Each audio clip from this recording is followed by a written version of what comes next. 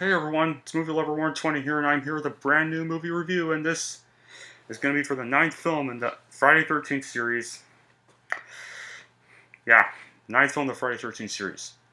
Released 4 years after Jason Does Not Take Manhattan, and this is the first Friday 13th movie to be made by New Line Cinema, who picked up the rights to the franchise after Paramount got tired of the bad box office returns for each new installment they released. So, with that being said, this review is for none other than what everyone calls it, the ninth film in the series, Jason Goes to Hell, The Final Friday. Well, was supposed to be the final Friday at the time of its release. Yeah, this movie was released in 1993, 4 years after the events of Jason Takes Manhattan. And when it was released, it was badly received by critics and fans because it eliminated the presence of Jason Voorhees being a supernatural character. And at the box office, it also made some pretty dismal returns. Yeah. So, yeah. So, with that being said, what do I think of this film? Well, I think it's the third worst. Yeah.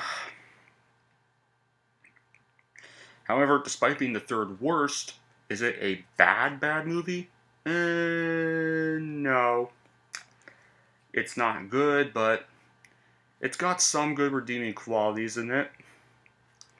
I mean, the first thing I will say is, at least with what New Line Cinema did with the Friday 13th movies, at least they tried to take Jason in more different routes and just rehash Camp Crystal Lake over and over again like Paramount always did.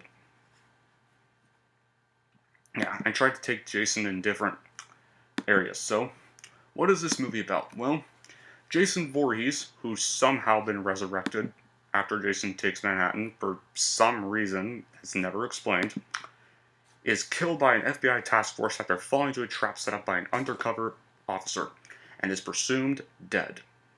During an autopsy, Jason's spirit possesses a coroner and many other police officers to begin killing once again. A bounty hunter then gets in contact with Diana Kimball, Jason's half-sister, and the rest of her family, and it's now up to the Kimball family and the bounty hunter to kill Jason and send him to hell, to end his reign of terror and death. Yeah. So if there's one thing that can and should be said in Jason Goes to Hell, The Final Friday, it's this. One bold, gutsy move for the franchise, even though it got executed horribly, completely subversive and joyously disparate when placed in comparison to the previous 8 films. A bizarre red-headed stepchild with a strange and sharp leaning towards the overly fantastical and blatantly magical. It takes what had been the point of this increasingly repetitive series that just rehashed the same concept, and attempted to inject some fresh blood from what was at the time considered to be one last film to cap it all off for around nearly a whole decade. Yeah, like I said, this is the first Friday the 13th or Jason movie to be handled by New Line Cinema, as Paramount got bored of the franchise and sold it to them. So fair play to New Line Cinema, because they actually tried to do something different, well, in kind of a way, with the killer. Because the mass killer Jason stalking oversexed teens is routine was getting so old and boring now. 8 films ago, depending on how harshly you judge or how anyone would judge this franchise. But instead of that, New Line Cinema instead turned out basically to be the plot of an earlier New Line Cinema release called The Hidden. Like in The Hidden, an alien jumped from body to body while going on a murderous rampage through the city. Here in Jason Goes to Hell, you have a monster slug jumping from body to body while going on a murderous rampage through a city. And that murderous slug is apparently supposed to be whatever Jason really is. I know, right? How ridiculous. The ways of bringing Jason back, of course, got crazier by the sequel, but this is the absolute craziest, but more ludicrous, really. The opening sequence is pretty cool. This woman's taking a bath, she flees from Jason, he chases her through the woods, and boom! Beams of light surround him. It was actually all a trick. She was pretending to be a victim in Crystal Lake. She was actually an agent working with the SWAT team.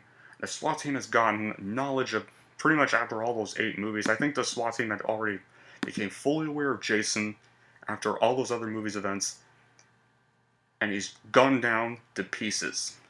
And with that, it seems like Jason Voorhees has died. But until he possesses the Corona, when the Corona eats Jason's heart, which actually was a little disgusting. Now, as for the good qualities, well, I have to say the gory kills. Like, this movie is probably the goriest, most graphic movie in the whole series. Like, there's some really graphic kills in this movie. I kid you not. Like, they even had to edit out so many kills in order to avoid getting NC-17 rated because of how gruesomely violent this movie was. Yeah, because, like, whenever Paramount made them, they always kept toning down all the kills, but I like how this one actually went really over the top and extreme with the kills. And what's more, even Sean S. Cunningham, director of the original film, actually produced this and came back to produce this, even though he kind of has regrets doing so and letting Adam Marcus direct it. Now, and of course, the unrated version is probably the better version to watch if you watch this movie. Now for the bad qualities, ooh. Like I said, this is the third worst, but it's still better than New Beginning and Jason Takes Manhattan. I'd watch it over this. Oh, actually, I forgot to mention another good quality. One other good quality is the very ending of the movie. Jason's mask is lying in the dirt because a dog digs it up after he's like killed by the demons and taken to hell. Jason's mask is lying in the dirt. The dog digs it up and then just walks off, and we just see the mask lying there steadily. And then a clawed arm bursts through the dirt, and guess who the clawed arm is? It's Freddy Krueger's glove. Bursts through the dirt, grabs Jason's mask, and pulls it into the dirt, thus setting up the events for the crossover Freddy vs. Jason.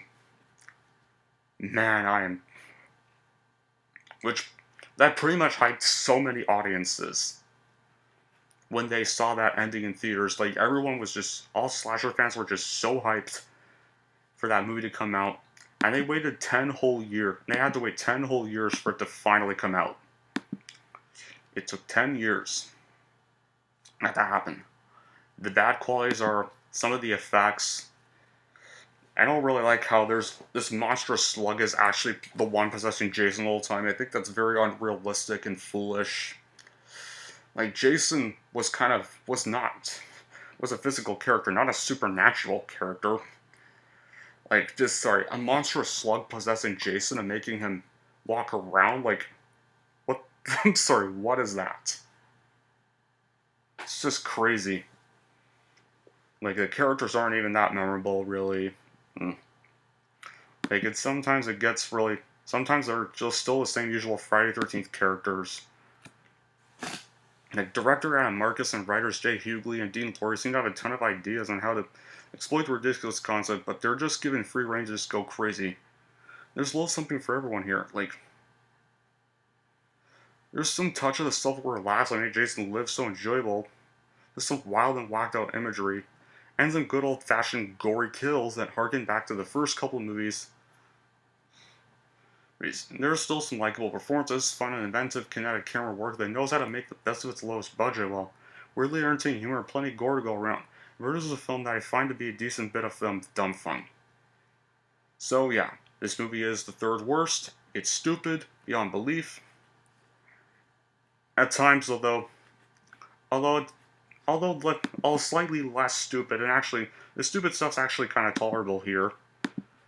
Despite that, it doesn't really feel anything like the previous 8 outings, which I did kind of like, and I'm okay with that.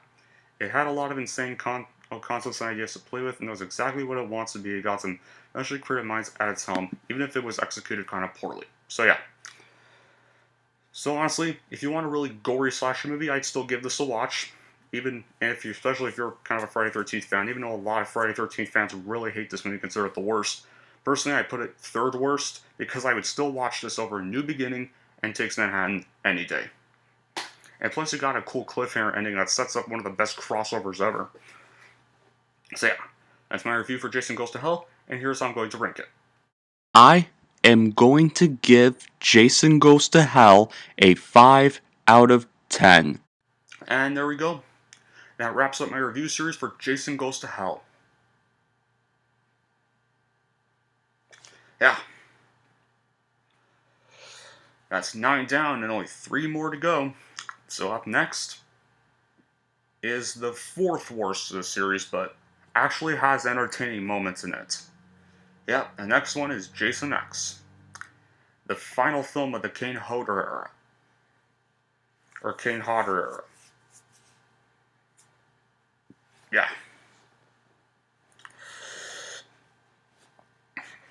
So, go be pretty pumped to review that.